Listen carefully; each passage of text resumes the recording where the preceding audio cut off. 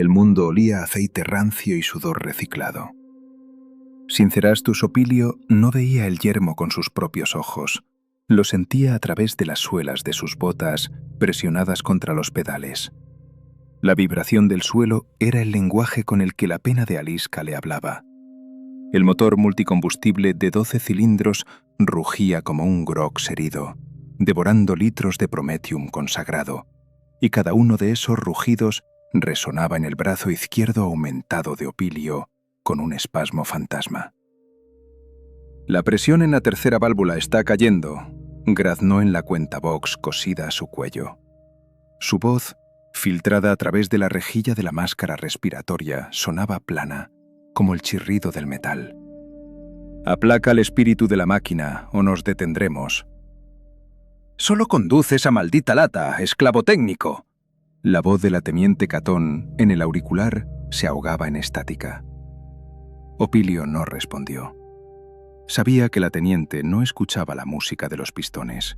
Para ella, la chimera era un transporte. Para él, era un útero que lo protegía del venenoso mundo exterior. Afuera rugía Armagedón. La tormenta de ceniza, densa como papel de lija, arrancaba la pintura de los costados. Dentro del compartimento de desembarco, bajo la luz roja temblorosa de los lúmens de emergencia, estaba apretado. Se escuchaba la respiración pesada de una decena de hombres, el tintineo de las municiones y el golpeteo rítmico y suave de un rosario contra la cerámica de la armadura.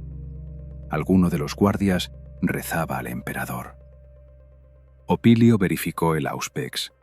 La runa verde del convoy parpadeaba adelante, apenas distinguible a través de las interferencias magnéticas.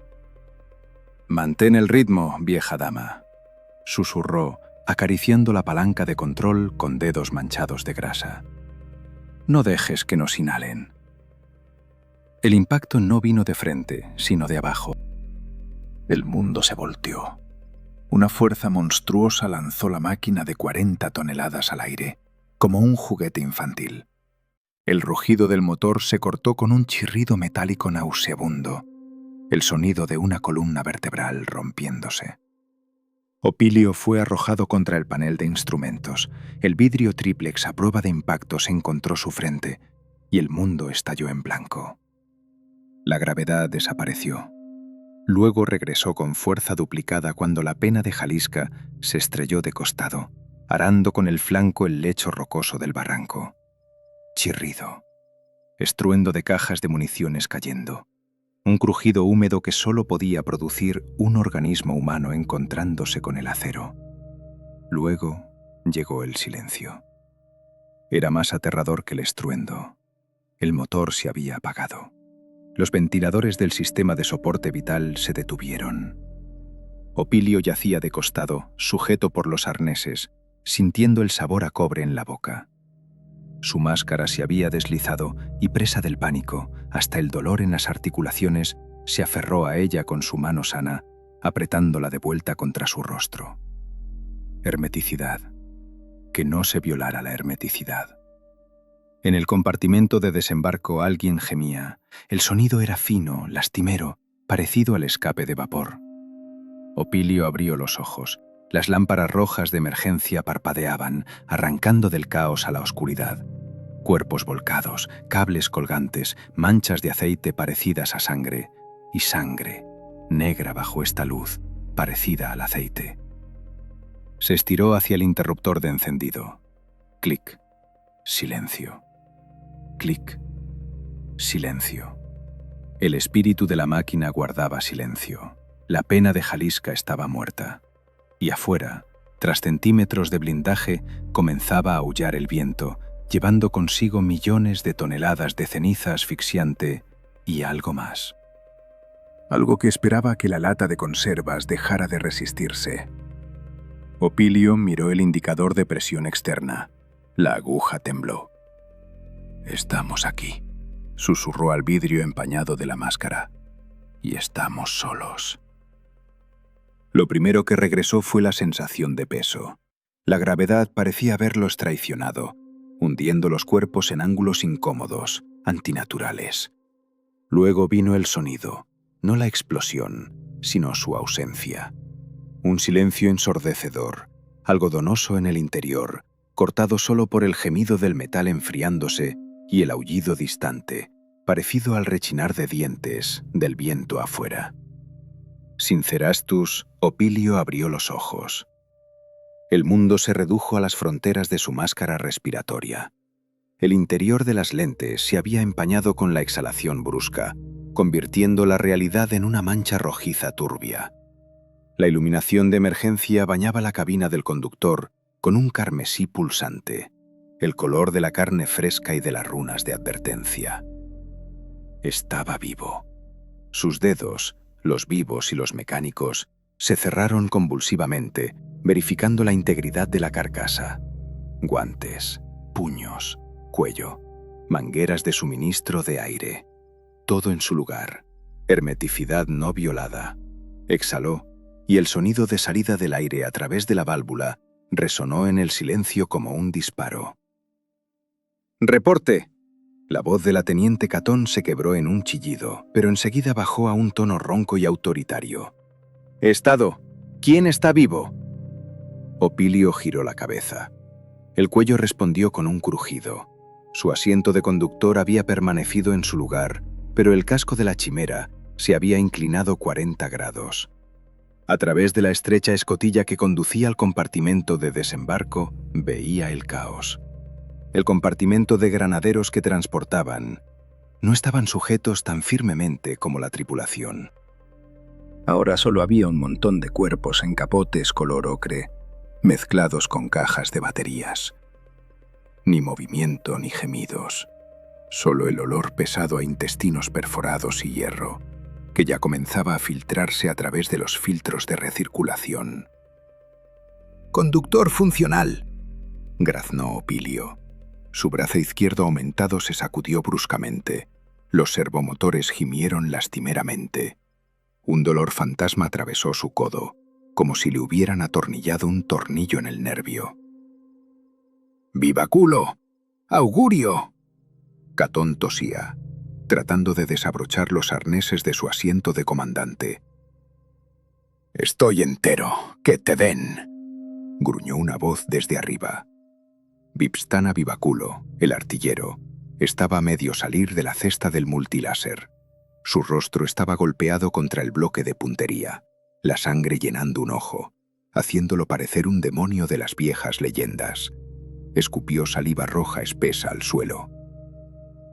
«El cañón está muerto. La hidráulica de la torreta falleció. No puedo girar el arma. Estamos ciegos, teniente». «¿Augurio?». En la esquina, encogida entre las consolas parpadeantes de la estación Vox, estaba sentada Tremelia. Sus manos temblaban tanto que no podía tocar con los dedos las runas de ajuste. «Comunicaciones. Solo estática, señora. Ruido blanco». Su voz era fina, infantil, completamente fuera de lugar en este ataúd de acero. «No escucho a la Legión. Solo escucho viento». Opilio se apartó de ellos.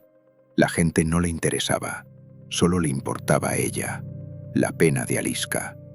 Puso las palmas sobre el panel de instrumentos, sintiendo el frío del mecanismo moribundo. La mayoría de los indicadores estaban oscuros. Solo la runa del núcleo del reactor ardía débilmente en amarillo, advirtiendo de una violación crítica del ciclo. «Despierta», susurró, ignorando los gritos de Catón. «Por favor, vieja dama, no me dejes aquí, no con ellos». Presionó la runa de encendido. En algún lugar de la popa de la máquina, el motor de arranque tosió. Un sonido pesado, húmedo, como si un animal gigantesco intentara limpiar sus pulmones de flemas. El casco tembló. «Zzz-k».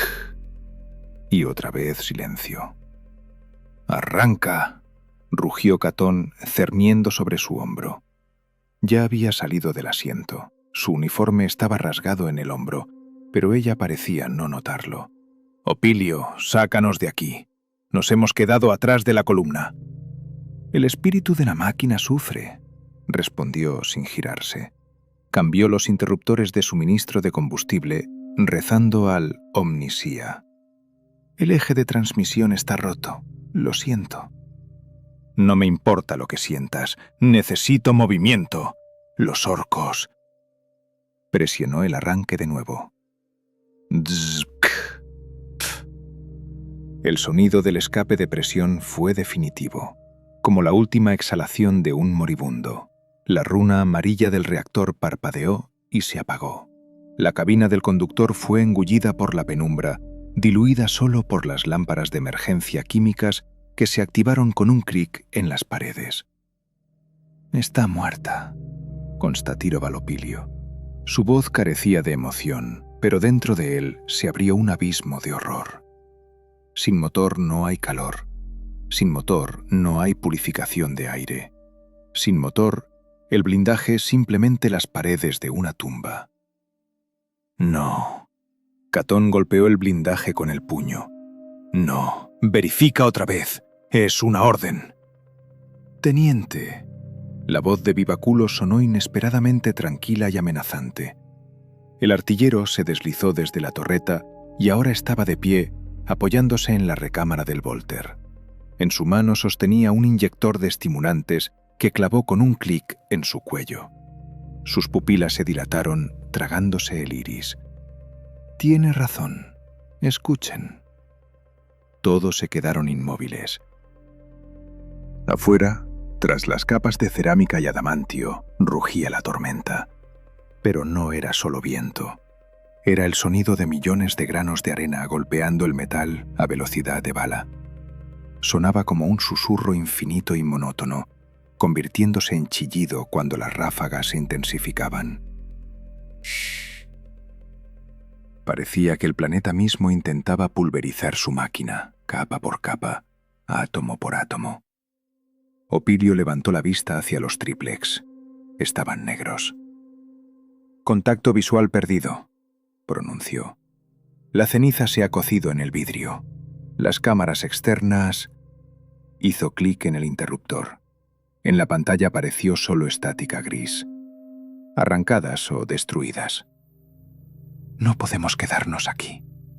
Tremelia sollozó, presionando los auriculares contra sus oídos, como esperando que el ruido del éter la protegiera de la realidad. «Sir Convoy se fue. No volverán en semejante tormenta». Protocolo Ceniza 9. Abandonar a los caídos para no ralentizar la marcha. «¡Basta de pánico!». Catón se enderezó, ajustándose la gorra ladeada. El gesto era ridículo, pero en él había acero de educación aristocrática.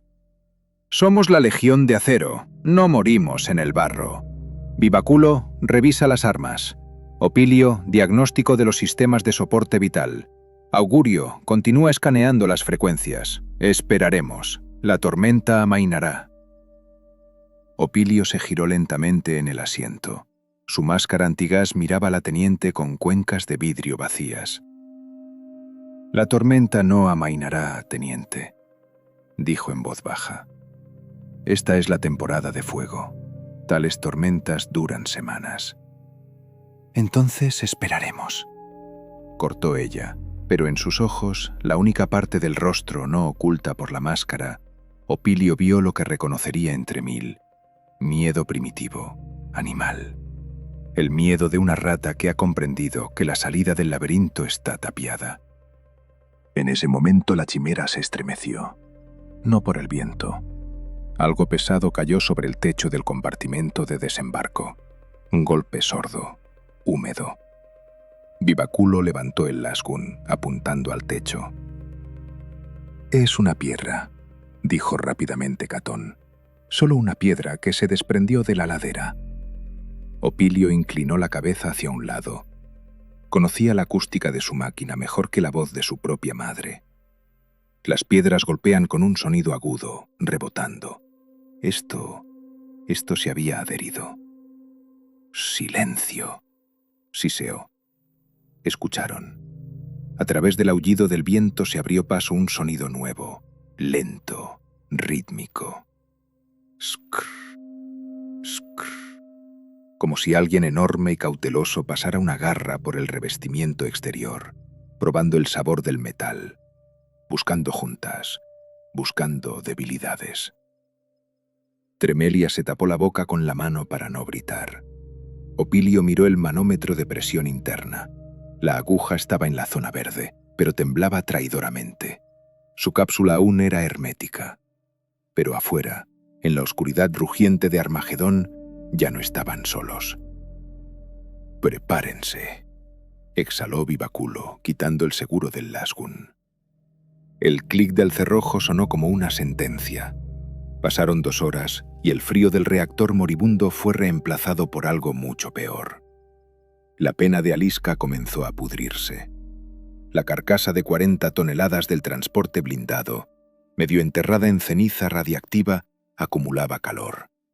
Afuera rugía una tormenta de fricción, calentando la cerámica del revestimiento a temperaturas donde la piel se suelda al metal. Dentro, en el vientre hermético, el calor de los cuerpos de 4 personas, la electrónica funcionando y el motor aún caliente aunque enfriándose, creaba un efecto invernadero. Sincerastus Opilio sentía cómo el sudor se acumulaba en los pliegues de su traje protector. La humedad se acumulaba bajo las rodillas, en la ingle. Corría por la espalda en arroyos helados que inmediatamente se calentaban, convirtiendo la ropa en un compresa pegajosa. Pero lo peor era el rostro. La máscara de goma del antigas, su segunda piel, se había convertido en una cámara de tortura. El condensado se acumulaba en la cazoleta del mentón, mezclándose con saliva. Cada inhalación iba acompañada del gorgoteo húmedo del filtro, como si bebiera aire a través de una pajita desde el fondo de un pantano. «Calor», susurró Tremelia. Estaba sentada, abrazando sus rodillas en una esquina del compartimento de desembarco. Su Boxcaster permanecía en silencio, solo escupiendo ocasionalmente ráfagas de crujido sin sentido. «¿Por qué hace tanto calor?» «El sistema de termorregulación funciona con la propulsión principal», respondió Opilio sin girarse. Estaba arrodillado frente a la escotilla interna del compartimento del motor, desplegando herramientas sobre un trapo aceitoso. «La propulsión está muerta. Estamos sentados dentro de una tetera puesta sobre brasas». «Entonces arréglalo, engranaje», rugió Vipstana Vivaculo. El artillero medía con pasos el espacio estrecho del pasillo, cada vez rozando con el hombro los mazos de cables que colgaban del techo. Bajo la luz roja de emergencia, sus ojos, dilatados por los estimulantes, parecían agujeros negros. Apretaba su Lasgun con tanta fuerza que los nudillos de sus dedos se habían vuelto blancos, recordando huesos expuestos. «Lo intento». La voz de Opilio era uniforme, mecánica. Las emociones eran un desperdicio de oxígeno. Giró la válvula de cierre de la escotilla técnica. El metal quemó sus dedos incluso a través de los guantes. La escotilla cedió con un chirrido, liberando una nube de vapor caliente y aceitoso en el salón. Olía a bobinado sobrecalentado y ozono, el olor de una máquina enferma. Opilio metió la cabeza y los hombros en las entrañas de la chimera. Aquí, en la oscuridad del compartimento del motor, estaba tan apretado como en un ataúd. Encendió su lumen de hombro.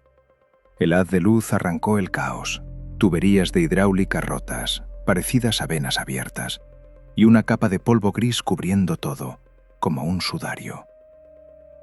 «Omnisía, guía mi mano», susurró, tocando el cilindro frío del pistón con su prótesis aumentada. Metal contra metal. «Dime dónde duele». La vibración de la prótesis se intensificó. El picor fantasma en el codo inexistente se volvió insoportable. Pasó el manipulador por el sistema de admisión de aire.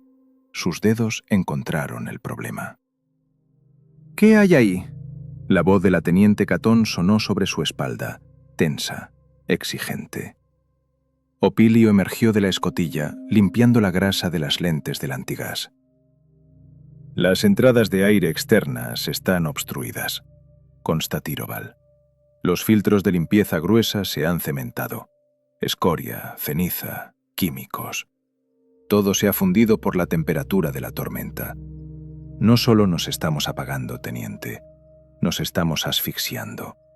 El reactor no puede inhalar para arrancar. Lo limpiaré. Vivaculo se detuvo bruscamente. Golpeó con la palma el botón de apertura de la rampa de desembarco, pero la hidráulica estaba sin energía. Vamos, Mechanicus, abre la escotilla manualmente. Saldré y quitaré esa escoria con la culata. 5 minutos de trabajo. Opilio se levantó lentamente. Su capote, pesado por la suciedad y los aceites, susurraba con cada movimiento. No. La palabra quedó suspendida en el aire sofocante, pesada como un ladrillo. Vivaculo dio un paso hacia él, elevándose sobre el conductor encorvado por una cabeza. En el espacio estrecho, atestado de cajas, estaban casi pegados. «¿Te niegas a ejecutar la tarea?», siseó el artillero. De su boca emanaba olor a estimulante sintético Onslaught, química de agresión. «Me niego a abrir el circuito hermético». Opilio señaló el manómetro de presión en la pared. La aguja temblaba cerca de la línea roja. «Mira los sensores, tonto.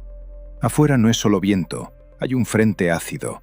La concentración de sulfatos excede la norma en 40 veces. «Tengo capote y máscara», gritó Vivaculo, salpicando saliva. «Tu máscara está diseñada para filtrar polvo, no la atmósfera de Venus», respondió calmadamente Opilio. Golpeó con el dedo manipulador su regenerador pectoral. «Si abrimos la escotilla, la presión se igualará. La niebla ácida llenará el compartimento en 3 segundos. Tu piel comenzará a ampollarse en 10. Los pulmones se convertirán en líquido en 1 minuto. Ni siquiera llegarás a la popa». «Tiene razón», intervino Catón. Estaba sentada sobre una caja de municiones, tratando de mantener la postura, aunque el sudor ya había empapado su uniforme con manchas oscuras bajo las axilas. Se quitó la gorra y nerviosamente jugueteaba con la escarapela en forma de calavera. «No podemos arriesgar la despresurización de todo el compartimento». «Entonces moriremos aquí». Vivaculo golpeó con la culata la pared. El sonido del impacto fue sordo, absorbido por las capas de aislamiento. «Nos cocinaremos vivos. ¿Sienten ese olor? Ya nos estamos pudriendo». Opilio conocía ese olor. No era putrefacción, era el olor del cuerpo humano sobrecalentado, encerrado en goma, mezclado con vapores de aceite, de armas barato y miedo. El miedo olía a amoníaco. «¿Hay otra forma?». Catón miró a Opilio. En sus ojos, normalmente fríos y autoritarios, ahora se leía súplica. Era una oficial de táctica, sabía cómo desplegar un pelotón bajo fuego, pero aquí, en el vientre de la máquina rota, estaba indefensa. «Sistema de purga de emergencia», dijo Opilio. «Puedo intentar redirigir la presión residual de la hidráulica para expulsar la escoria desde dentro, como un estornudo». «Hazlo», ordenó Catón. Opilio volvió al panel de control del motor. Era trabajo delicado. Necesitaba engañar al espíritu de la máquina, hacerle creer que estaba vivo, para que entregara las últimas migajas de energía. Comenzó a susurrar la letanía del despertar, recorriendo los interruptores en secuencia compleja. «La carne es débil, el acero es eterno. Dame aliento». La aguja del manómetro hidráulico comenzó a subir, lentamente, reacia. Las tuberías bajo el suelo gimieron. «Vamos», siseó Vivaculo, cerniéndose sobre él. «Vamos». Opilio tiró de la palanca de descarga de emergencia. La máquina se estremeció. Un golpe sordo en algún lugar afuera, en la popa. El sonido del aire escapando bajo presión. PSH, SH, SH, SH. E inmediatamente después, un sonido húmedo, como masticar. Como si una garganta gigante se hubiera cerrado de nuevo. La lámpara roja, obstrucción, en el panel parpadeó. Se apagó por un segundo y se encendió de nuevo. Ahora ardía sin parpadear, constantemente. No funcionó. La voz de Tremelia tembló. No funcionó, ¿verdad? Opilio miraba los indicadores, los datos de los sensores externos que cobraron vida por un momento durante la purga, eran una sentencia. No es solo arena, dijo en voz baja. Vi la temperatura en la salida. Ahí se está fundiendo el vidrio. La escoria ha soldado las rejillas. Se volvió hacia la tripulación. Bajo la luz roja, su brazo aumentado, aún sosteniendo la llave sagrada, parecía un instrumento de tortura. «Estamos tapiados», pronunció. «No hay ventilación. Estamos respirando el aire que quedó en los cilindros y en este compartimento». «¿Cuánto?», preguntó Catón. Su voz se volvió seca, profesional. La máscara de aristócrata había regresado, ocultando el pánico. Con el nivel actual de consumo, Opilio miró al pesadamente respirante Vivaculo, a la temblorosa Tremelia. 12 horas. Quizás 15 si dejamos de movernos y hablar. En el compartimento se instaló un silencio interrumpido solo por el aullido del viento afuera. Pero ahora a ese aullido se añadió algo más. El sonido era apenas audible, en el límite de la percepción. Toc. Opilio se quedó inmóvil. Toc. Toc. El sonido no venía del viento, y no del metal enfriándose. Era rítmico, inteligente.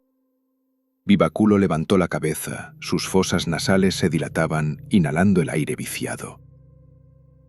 ¿Lo oyeron?, susurró.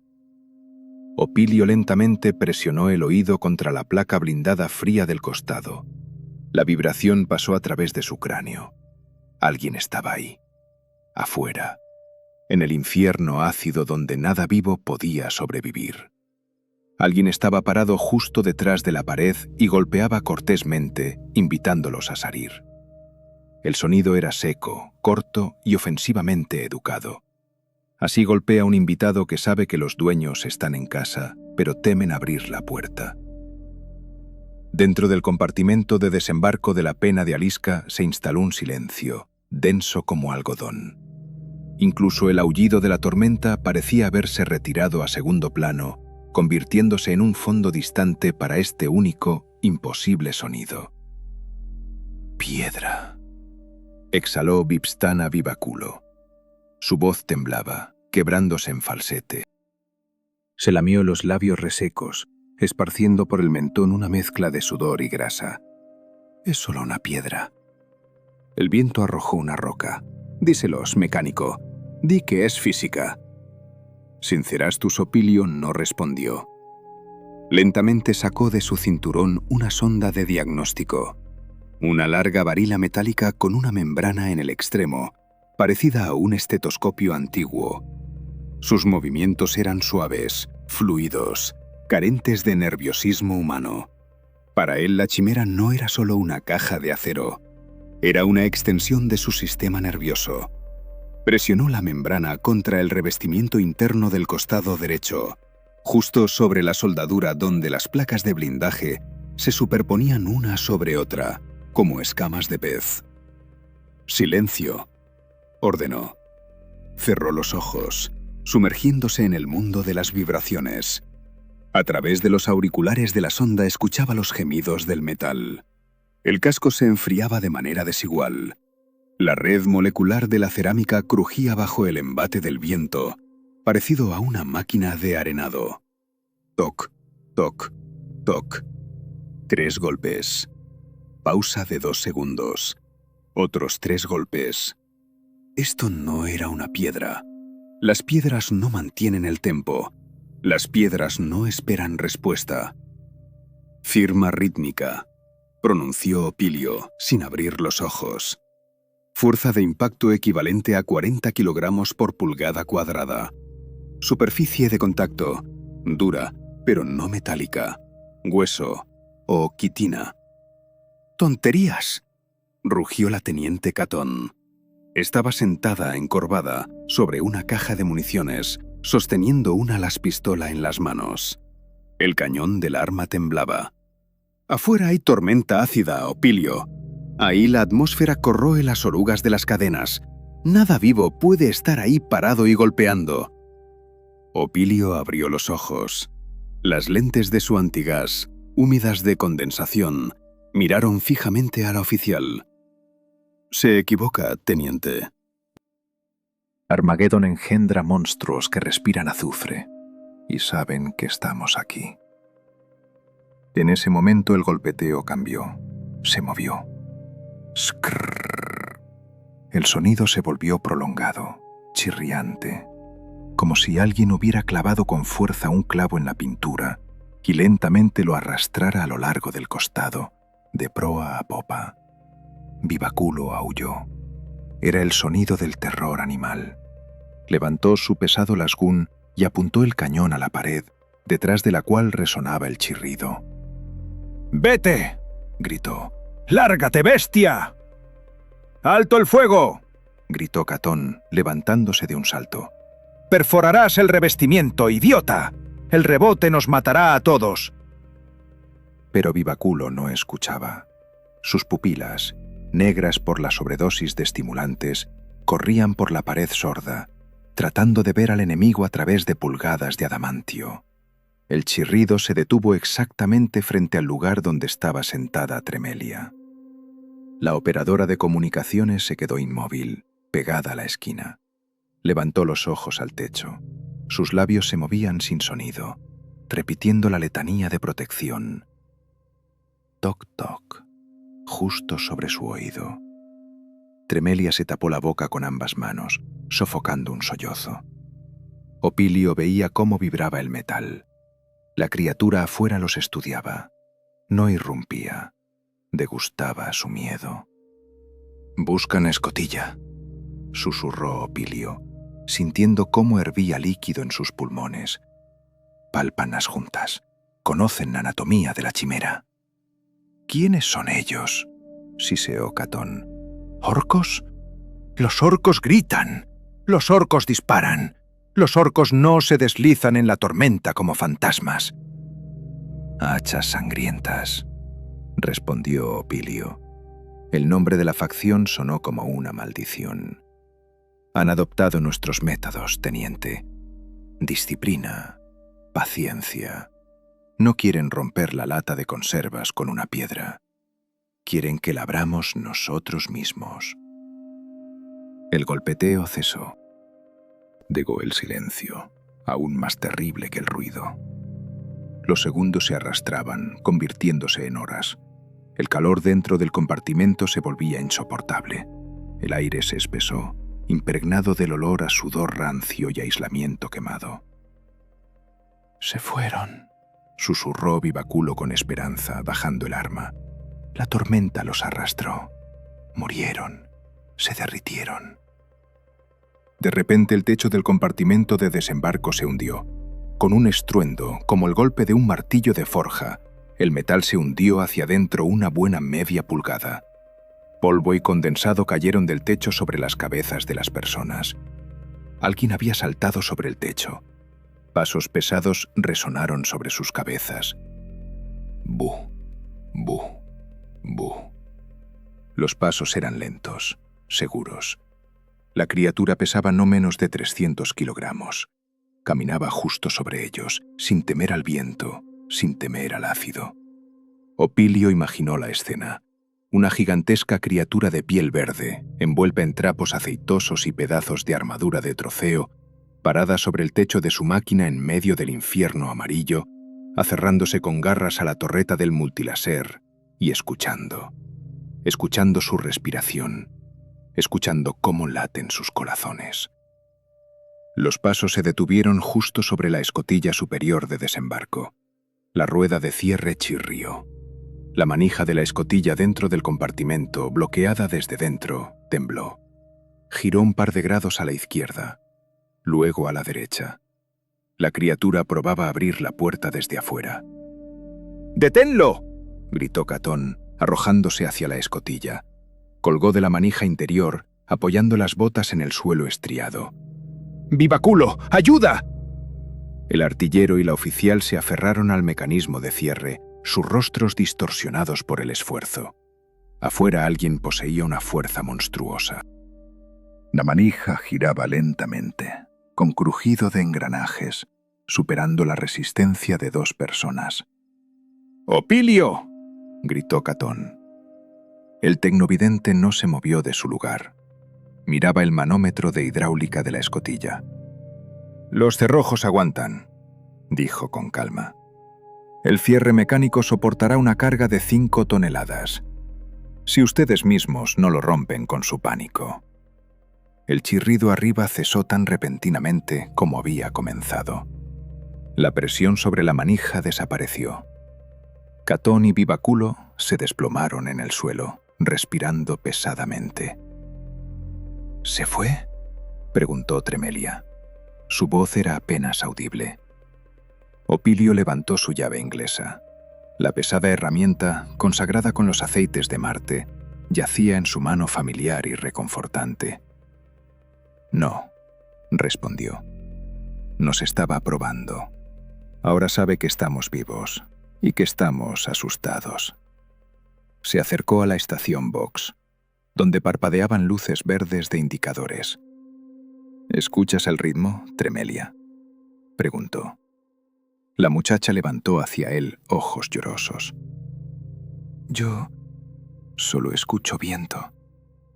No, escucha el casco. Opilio puso la mano en la pared. La vibración volvió, pero ahora no era golpeteo. Era un redoble fino y frecuente, como si cientos de pequeños dedos tamborearan sobre el blindaje desde todos lados simultáneamente. Trrr, trrr, trrr.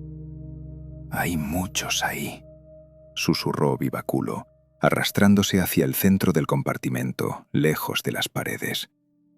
Nos han cubierto, como moscas. Opilio negó con la cabeza. No son moscas, artillero. Están instalando algo en el casco. ¿Explosivos?, Catón palideció. No, si quisieran volarnos ya estaríamos muertos. Están instalando... No pudo terminar. La estación Vox de Tremelia cobró vida repentinamente. A través del ruido estático irrumpió un sonido, limpio, fuerte, sin interferencias.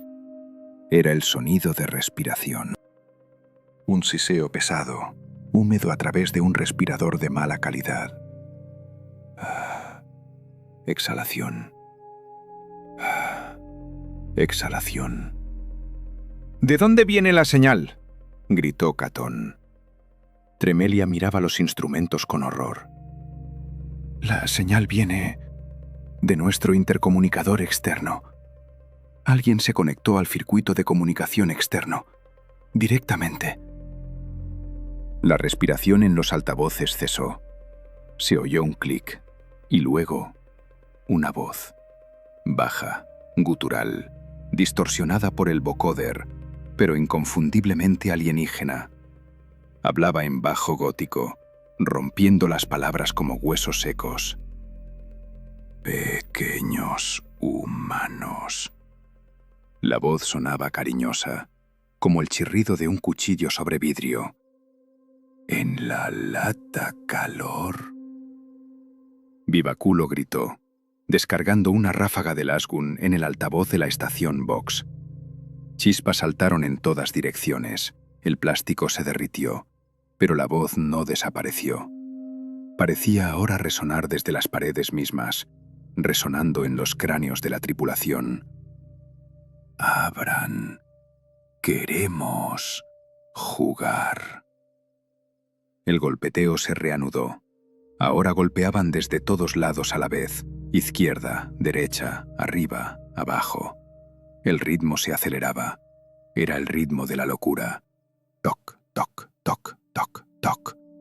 El latido del corazón de una máquina que se preparaba para morir. El humo del altavoz Vox derretido colgaba en el aire como una cinta gris grasosa. Olía a plástico quemado e impotencia.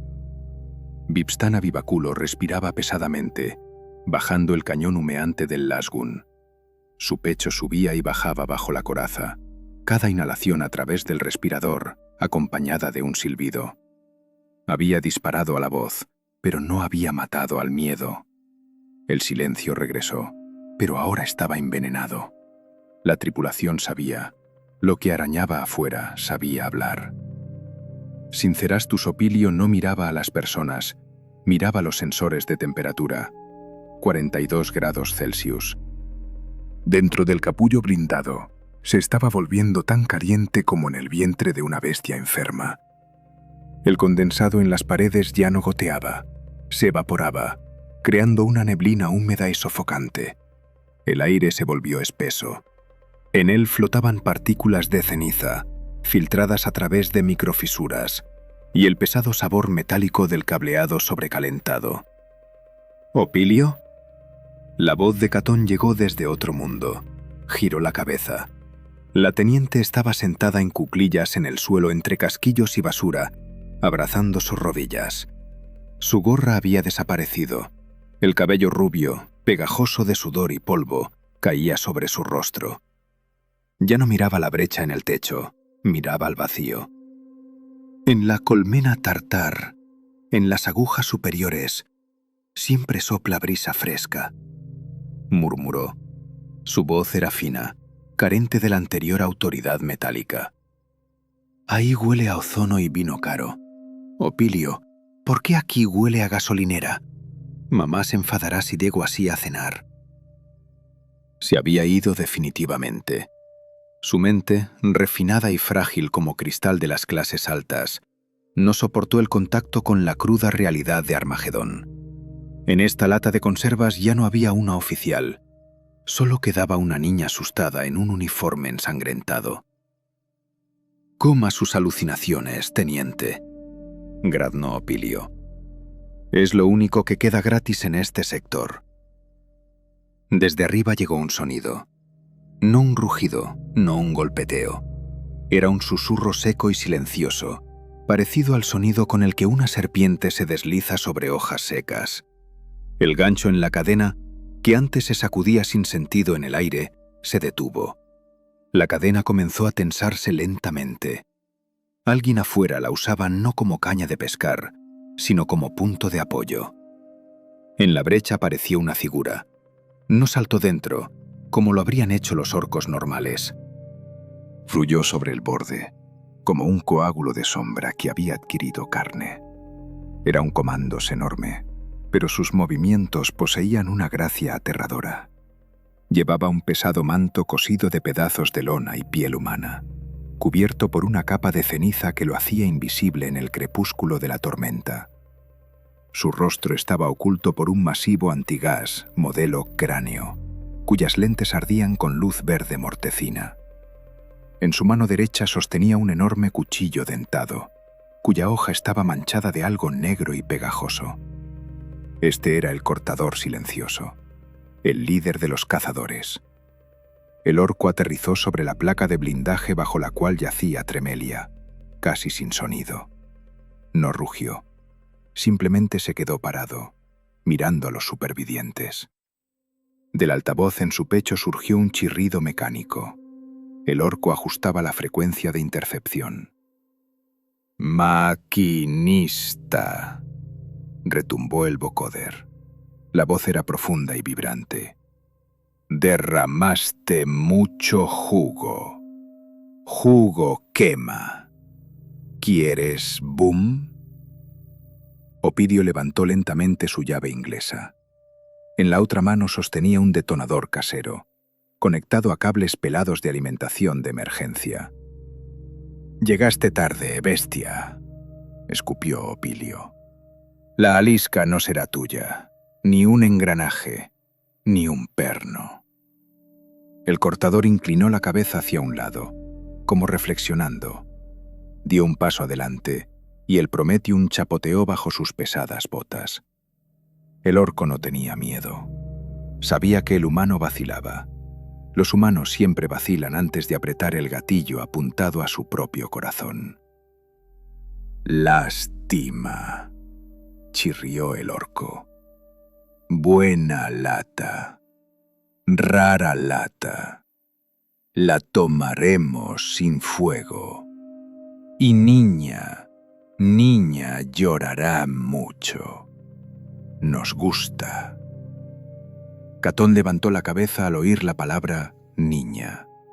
Su mirada nublada se aclaró por un momento. Vio al monstruo a 3 pasos de ella. Su mano se estiró hacia la laspistola que yacía cerca, pero el cortador reaccionó más rápido. Con un movimiento relámpago arrojó un cuchillo corto. La hoja atravesó la muñeca de Catón, clavando su mano a una caja de madera. La teniente ni siquiera gritó.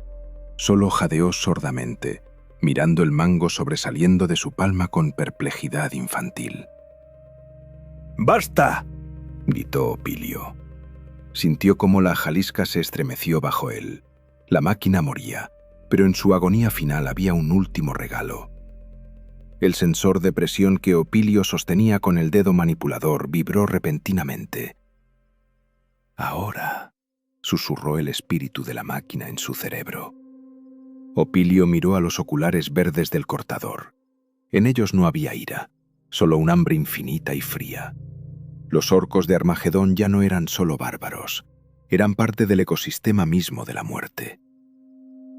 «¿Querías saber a qué huele Armagedón, cortador?» Opilio sonrió con mueca, mostrando encías negras de envenenamiento químico. «Huele a Prometium y a la ira del Omnisía». El orco saltó.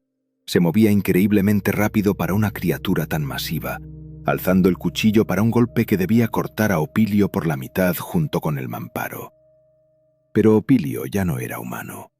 En ese momento era el último nervio chispeante de su máquina. Conectó los cables. Una pequeña, patética chispa azul saltó del contacto. En el aire saturado de vapores del compartimento, esto fue suficiente. Primero llegó el silencio.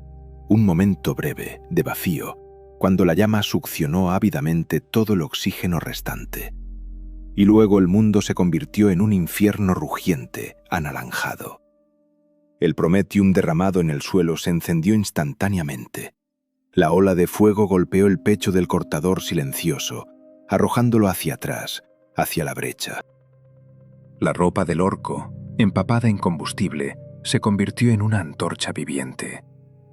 Opilio no sentía dolor, solo sentía calor, el calor verdadero, que todo lo devora, con el que había soñado toda su vida en las frías entrañas de la colmena.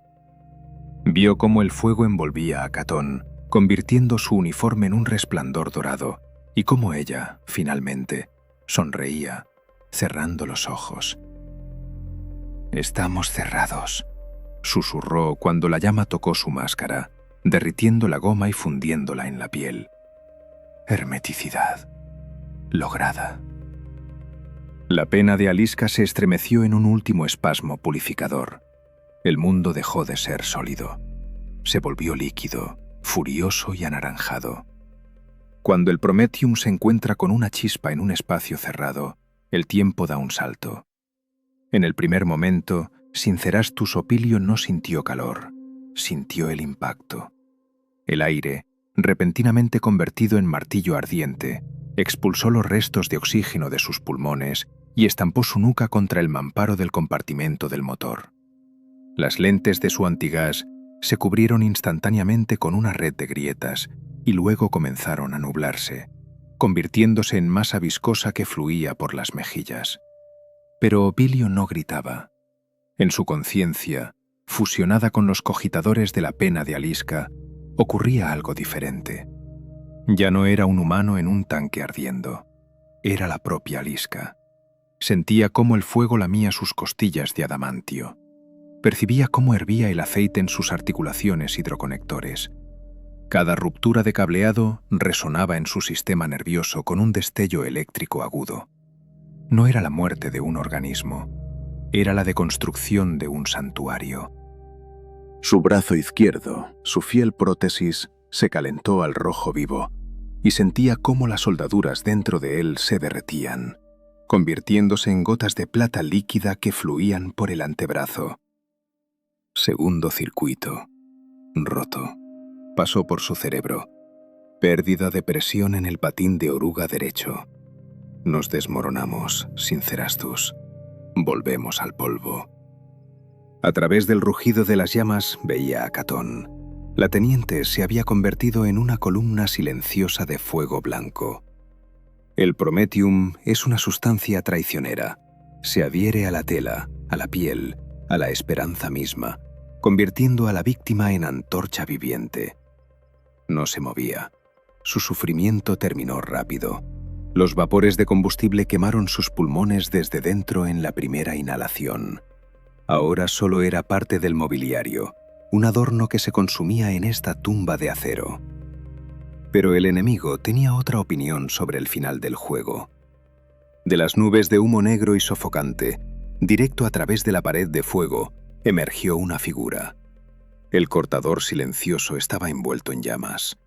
Su manto de retazos de piel humana se encogía y ennegrecía, emanando olor a carne quemada que se abría paso incluso a través del hedor químico. Las enormes lentes de su máscara estallaron, revelando ojos ardientes inyectados en sangre. El orco era monstruosamente resistente. Su carne, densa e impregnada de esporas fúngicas, resistía el calor con la terquedad de la piedra. Con un rugido gutural que superó incluso el rugido del incendio, el cortador se lanzó adelante. Su enorme garra, parecida a un tocón quemado, se cerró sobre el cuello de Opilio. El orco no quería matarlo aquí, quería llevarse su presa.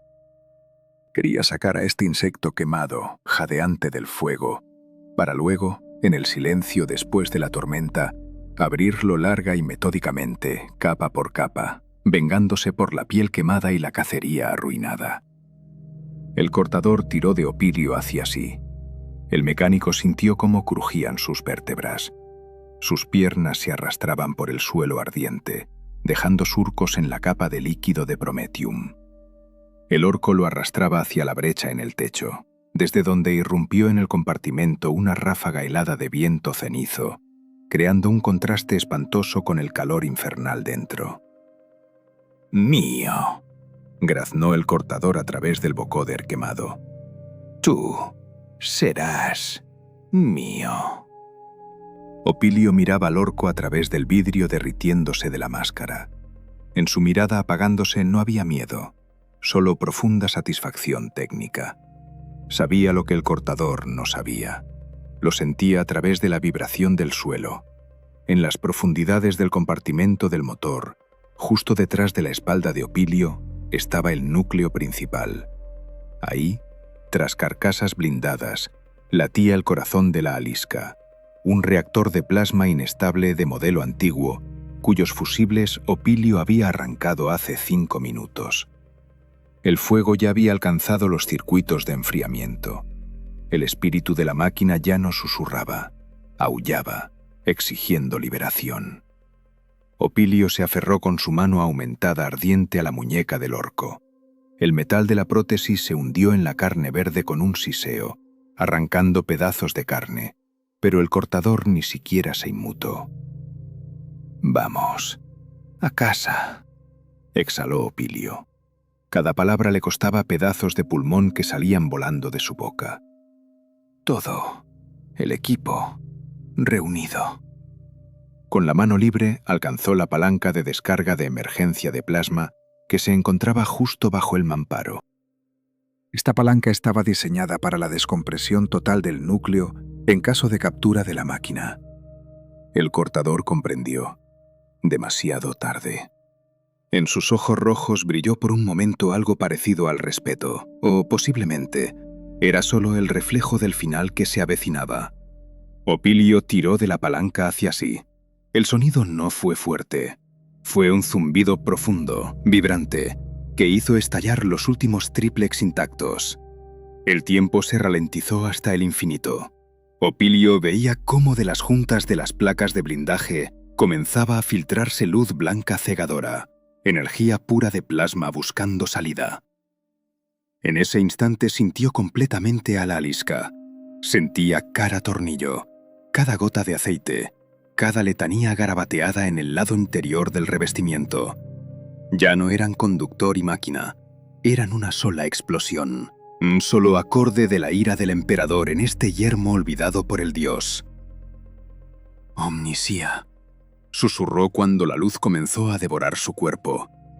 «Acepta mi hermeticidad». La carcasa de la pena de Aliscan no resistió. La mole de 40 toneladas detonó desde dentro. La esfera de plasma se expandió instantáneamente, convirtiendo cerámica y acero en vapor. El orco, Opilio, los restos de Catón y Tremelia, todo se convirtió en partículas elementales en una fracción de segundo. Sobre los yermos de ceniza del sector Elas se alzó por un momento un segundo sol. El destello blanco disipó por un segundo el eterno smog amarillo, iluminando kilómetros a la redonda los esqueletos de otras máquinas caídas y las siluetas petrificadas en asombro de las bandas orcas. Y luego la tormenta regresó. El viento con un aullido se abalanzó sobre el lugar de la explosión, lamiendo ávidamente los restos del calor. Donde había estado la pena de Jalisca, ahora se abría un cráter fundido, cuyos bordes brillaban con luz cereza apagada. Ni metal, ni huesos, ni memoria. Solo ceniza, que el viento de Armagedón inmediatamente comenzó a mezclar con las toneladas infinitas de otros muertos. En Armagedón, el silencio nunca es completo. Siempre tiene un regusto mecánico. Pero en los primeros segundos después de que el corazón de plasma de la pena de Jalisca dejó de latir, en el sector Gelas se instaló algo parecido al vacío absoluto. El destello fue tan brillante que quemó las retinas de los pocos orcos observadores supervivientes, escondidos tras las crestas de las dunas de ceniza. La cúpula blanca cegadora de plasma cortó por un momento la eterna neblina amarilla, convirtiendo los torbellinos de ceniza tóxica en cristales resplandecientes. Y luego llegó el sonido. No un estallido fuerte, sino un rugido profundo, visceral, que hizo temblar los huesos del planeta mismo. Y luego todo terminó. La tormenta, que por un momento había retrocedido del epicentro de la explosión como un animal asustado, regresó con furia duplicada. Muros de arena y escoria química se cerraron sobre el cráter, lamiendo ávidamente la herida infligida a la realidad. Donde alguna vez se erguía la orgullosa de 40 toneladas de la Guardia Imperial, ahora se abría una depresión perfectamente circular. Los bordes del cráter se habían vitrificado. La ceniza bajo el impacto del calor de plasma se había convertido en un espejo negro, obsidiano, en el que no había nada que reflejar, excepto las nubes bajas y tóxicas que corrían hacia alguna parte. De la pena de Jalisca no quedó ni siquiera recuerdo en forma de metal retorcido. La temperatura de la explosión fue tal que las redes moleculares de adamantio y cerámica simplemente se desintegraron. Ni pernos, ni segmentos de arruga, ni fragmentos de huesos. Lo único que sobrevivió en el borde mismo del cráter era el esqueleto fundido, ennegrecido de una pesada llave inglesa. La herramienta se había fundido en la arena vitrificada en tal ángulo que recordaba una pequeña, fea lápida. A través del viento rugiente, sombras comenzaron a acercarse al borde del cráter. No eran los comandos del cortador silencioso. Eran saqueadores, pequeños, miserables gretchins y combatientes ordinarios de las hachas sangrientas, que salieron de sus madrigueras tan pronto como cesó el estruendo. Se movían con cautela, cubriéndose los ojos con palmas en guantes oxidados. Sus líderes les habían prometido conservas. Les prometieron carne humana caliente, brillantes baratijas de oficiales y, lo más importante, metal que se podía refundir en nuevos cañones. Uno de los orcos, cuyo hocico estaba desfigurado por una vieja quemadura, se detuvo al borde del pozo fundido. Olfateó. En lugar del olor habitual a miedo, sudor y prometium, el aire olía solo a ozono. Ozono frío y estéril, que solo existe después de un rayo o la ruptura de un núcleo de plasma. El orco gruñó algo gutural con desagrado y escupió en el cráter. Su escupitajo sisió sobre el vidrio aún no enfriado. El cortador silencioso, su aclamado cazador, había desaparecido. De él no quedaba ni siquiera un jirón de su famoso manto de pieles. Para el clan de las hachas sangrientas, esto no era simplemente una derrota, era un insulto. La presa no solo había escapado, había destruido al cazador, se había destruido a sí misma y había destruido los premios. En el mundo de los orcos, esto se consideraba la forma más alta de pelea incorrecta. Vacío, graznó uno de los Gretchins, hurgando con una larga garra en la escoria vitrificada. Chatarra se fue, carne se fue, humano tonto hizo ¡boom! Se quedaron parados un poco más, esperando encontrar al menos algo. Un botón del uniforme de Catón, un fragmento del Shunbox de Tremelia o el cuchillo dentado de Viváculo. Pero Armagedón ese día fue avaro. La tormenta se intensificó. El viento, llevando en sí micropartículas de óxido de hierro y huesos pulverizados caídos hace milenios, comenzó a llenar el cráter. Capa por capa, ceniza gris se depositaba sobre el espejo negro de la quemadura de plasma. Después de 1 hora, el nivel del fondo se elevó un palmo. Después de 3, el cráter se niveló con el relieve general del yermo. La hermeticidad de Sincerastus Opilio finalmente se volvió absoluta. Ya no necesitaba temer al aire. Sus pulmones ya no existían para sentir el ardor del azufre. Su brazo izquierdo ya no picaba con dolor fantasma, porque los nervios que transmitían esa señal se habían convertido en parte del frente atmosférico que corría hacia la colmena tártar. Había logrado aquello a lo que había aspirado toda su miserable, gris vida en las entrañas de Armagedón. Se había vuelto inalcanzable para el medio ambiente. El planeta continuaba su ciclo infinito de procesamiento de materia. En algún lugar lejos, a cientos de kilómetros de aquí, otras chimeras de la Legión de Acero se abrían paso a través de la ceniza, y otros conductores, acerrándose a las palancas, susurraban oraciones al espíritu de la máquina, suplicándole mantener el aliento. No sabían del destino de la máquina número 884. En las listas interminables del departamento Momitorum, figuraría como perdida durante maniobra en condiciones de visibilidad limitada. Nadie vendría por sus cuerpos. Nadie consagraría este lugar. Armagedón no conoce el duelo. Solo conoce el hambre. En la cresta vitrificada, que alguna vez fue el borde del cráter, la ceniza continuaba cubriendo la llave inglesa fundida. Pronto desapareció el mango, luego el grabado del águila. Y ahora, finalmente, la última muesca de acero desapareció bajo la capa de polvo gris. Ahora no había nada aquí. Solo el viento, eterno y venenoso, cantando su canción monótona sobre un océano de ceniza. El golpeteo había cesado para siempre. El verdadero silencio finalmente había llegado.